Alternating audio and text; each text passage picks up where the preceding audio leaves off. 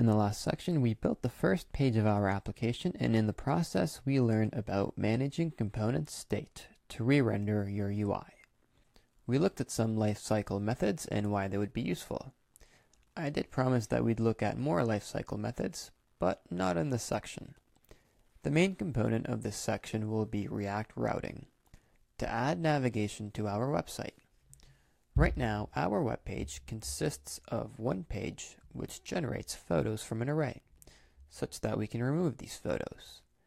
In this section, we'll add navigation to our application, such that the user can also add photos to his photo wall.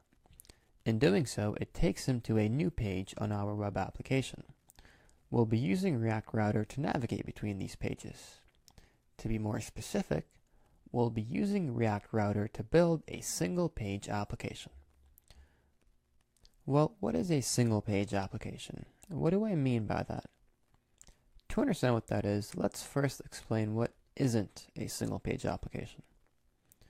When you visit your typical website, the browser would request the HTML associated with that page in the website from a server, and the server sends that HTML back and generates the UI for the page.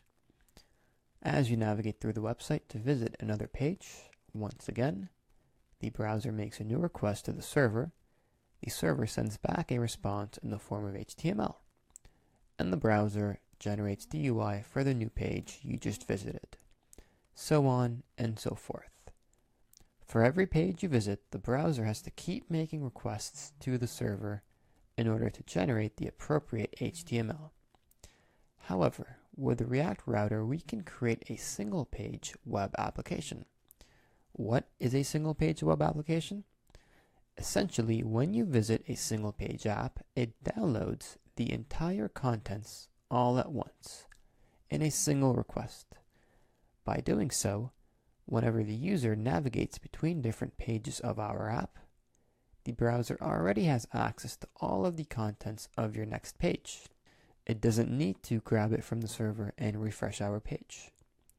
That is a lot more efficient, and we'll look at how we can create single-page apps with the React Router starting from the next video.